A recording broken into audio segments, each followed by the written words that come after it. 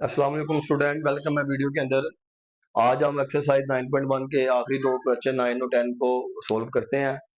अल्लाहुम्मा सल्ली अला मुहम्मदिन व अला आले मुहम्मद। तो क्वेश्चन नंबर 9 में कहता है आपने फैक्टर थ्योरम को इस्तेमाल करना है और पी और क्यू की वैल्यू निकालनी है अगर x प्लस वन और x माइनस टू इस पोलिनोमियल के फैक्टर्स होते हैं। तो जैसा कि हम क्वेश्चन नंबर 3 में करके आए हैं, फैक्टर थ्योरम इस्तेमाल करते हैं और देखते हैं कि इसके पोली फैक्टर्स ये सेटिस्फाई होते हैं। सो उसके लिए सबसे पहले हम लेट करेंगे इस पोलिनोमियल को एफ ऑफ एक्स के इक्वल लेट करते हैं।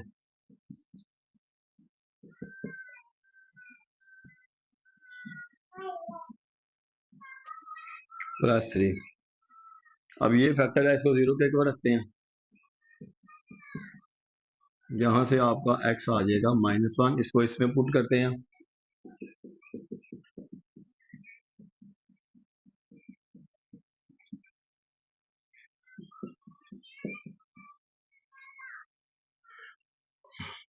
आपको पता है फैक्टर थ्योरम के मुताबिक कि ये हमारे पास रिमाइंडर होता है। ये माइनस वन आ जाएगा, प्लस वन आ जाएगा, माइनस क्यू प्लस थ्री। अब ये जो आपके पास पॉलिनोमियल है, ये चूंकि इसका फैक्टर है और आपको पता है कि अगर ये फैक्टर हो तो फिर फैक्टर की कंडीशन ये होती है कि रिमाइंडर जीरो होता है। तो इसको फिर हम कंडीशन के मुताबिक जीरो कर देते हैं। ये आपके पास आ जाएगा three minus one two P minus Q plus two.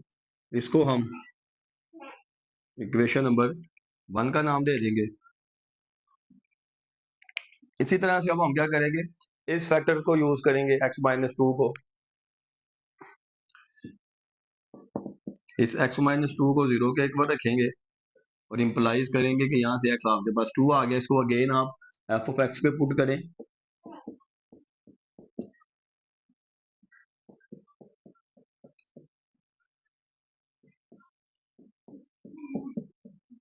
ये रिमाइंडर है फैक्टर थ्योरम के मुताबिक 8 आ जाएगा, 4p 2q प्लस थ्री। अब ये भी चूंकि इसका फैक्टर है, सो रिमाइंडर जो है वो हमारे पास जीरो आएगा। 8 और 3 11, 4p plus 2q plus 11। So ये अगेन हमारे पास एक इक्वेशन आ गई। अब हमने स्टूडेंट अब हमने साइमल्टेनियसली इन दो इक्वेशंस को सोल्व करना है और सोल्व करके हमने पी और क्यू निकालने हैं। अब अगर तो पी दोनों इक्वेशनों में पी के कोएफिशिएंट सेम होते या क्यू के कोएफिशिएंट सेम होते, सो हम उनको माइनस करवा के, या अगर कोएफिशिएंट सेम होते साइन में डिफरेंस होता तो उसको ऐड करवा लेते। आप एक ही तरीका अपनाएं, आप किसी एक इक्वेशन में से पी या क्यू की वैल्यू को निकाल के दूसरी वाली में पुट करते हैं। इसमें से निकालनी है या इसमें से, वो आपकी अपनी मर्जी है। अब यहाँ पे देखिए पी सिंपल है, क्यू भी सिंपल है। यहाँ पे पी के साथ फोर कोएफिशिएंट है, यहाँ पे क्यू के साथ टू।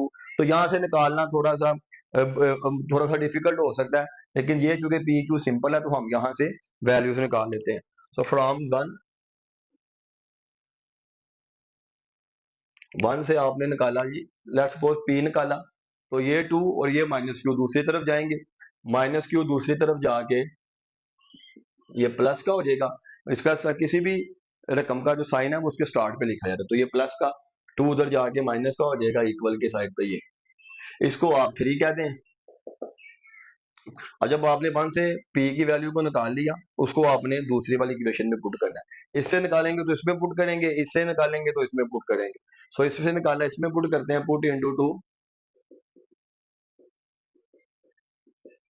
जीरो, फोर, पी की जगह पे आ जाएगा Q minus two plus two Q plus 11। So ये अब आ जाएगा four Q minus eight plus two Q plus 11। ये दो सिक्स क्यू हो जाएंगे और ये प्लस का थ्री, थ्री इधर आगे माइनस का हो जाएगा, इधर सिक्स क्यू रह जाएगा, सिक्स इधर आगे डिवाइड हो जाएगा।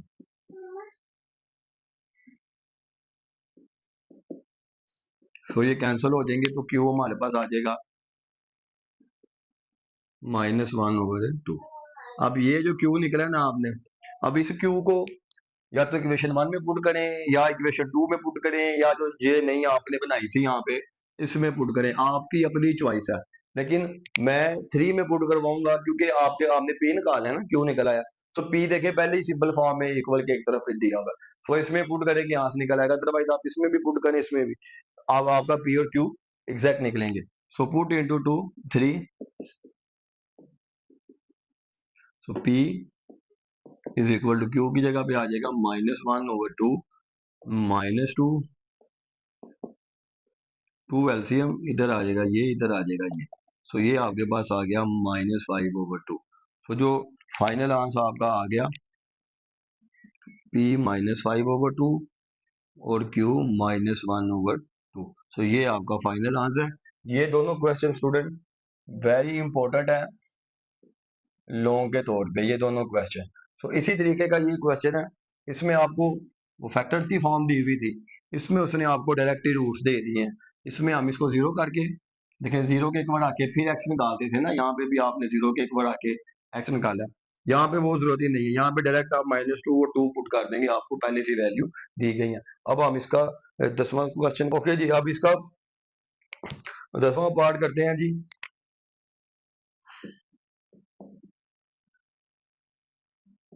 सो लेट करेंगे, आप इसको एफ ऑफ एक्स के इक्वलेट करें, x cube 2x cube plus 4x square plus ax plus b। अब ये दो आपके पास रूट्स हैं, सो पुट करें, put x is equal to 2 into F of x में,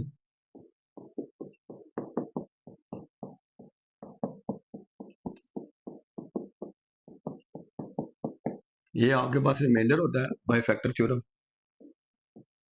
8 पहले ब्रैकेट को सोल्व करेंगे, plus 2a plus b, so this will B 16 plus 16 plus 2a plus b। अब फैक्टर्स हो या रूट्स हो, तो रूट्स का भी मतलब, इनको रूट्स भी बोला जाता है, इनको जीरोस भी बोला जाता है, बात एक ही है। सो इसका मतलब है जब आप ये इक्वेशन में पुट करते हैं ना, तो ये इक्वेशन आपकी बोथ साइड सेटिस्फाई करती है और दूसरी साइड पे आपके पास जीरो ही अवेलेबल होता है। तो इसमें भी आपके पास रिमाइंडर जो है रूट्स हो या जीरो लिखा हो, तो उसमें भी हमारा रिमाइंडर जीरो होगा। सो ये जीरो कर देते हैं, इधर आ जाएगा आपके पास 2a plus b plus 32।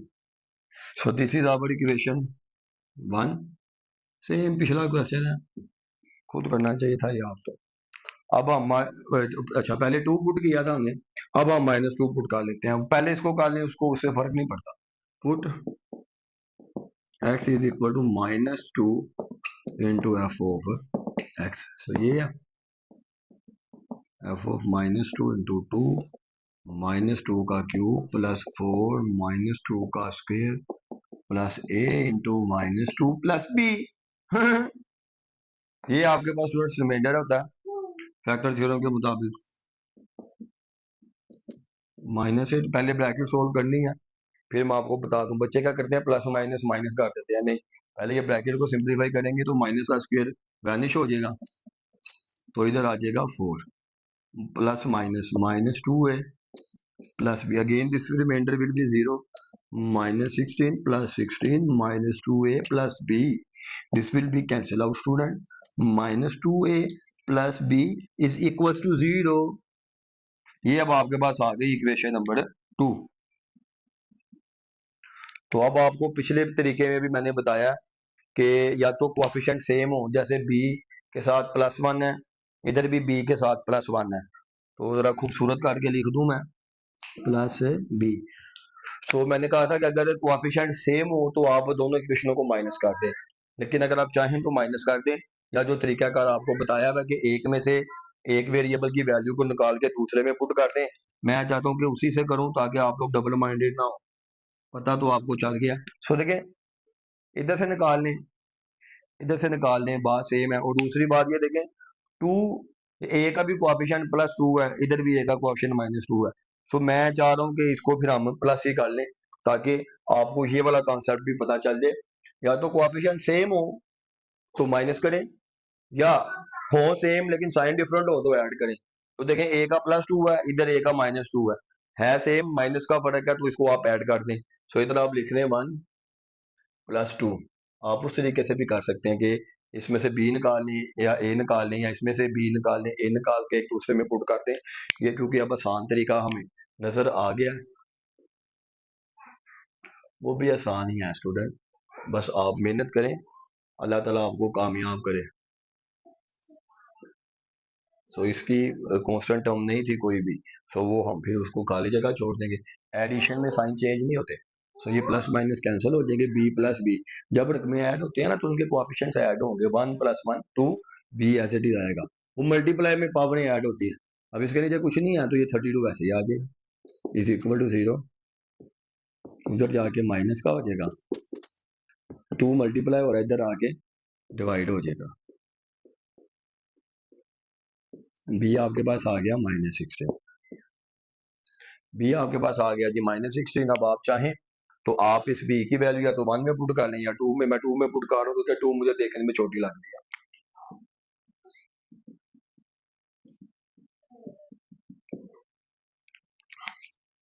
0 is equal to -2 है,